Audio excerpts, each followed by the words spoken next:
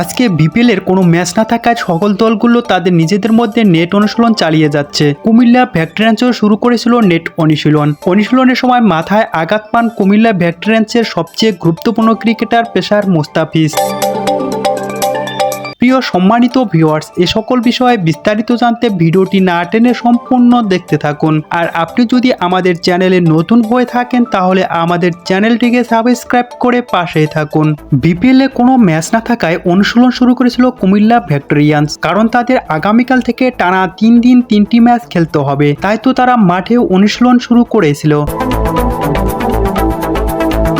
ঢাকা পোস্টের মাধ্যমে জানতে পারা যায়, অনুশীলনের সময় ক্যারিবিয়ান ক্রিকেটার ম্যাথু ফোর্ডের বল মোস্তাফিজের মাথায় আঘাত করে। মাথায় প্রচন্ড আঘাত পাওয়ায় মাথা থেকে রক্ত বের হতে দেখা যায় ফিজের, তাই তো দ্রুত অ্যাম্বুলেন্সের মাধ্যমে হাসপাতালে নিয়ে যাওয়া হয় তাকে।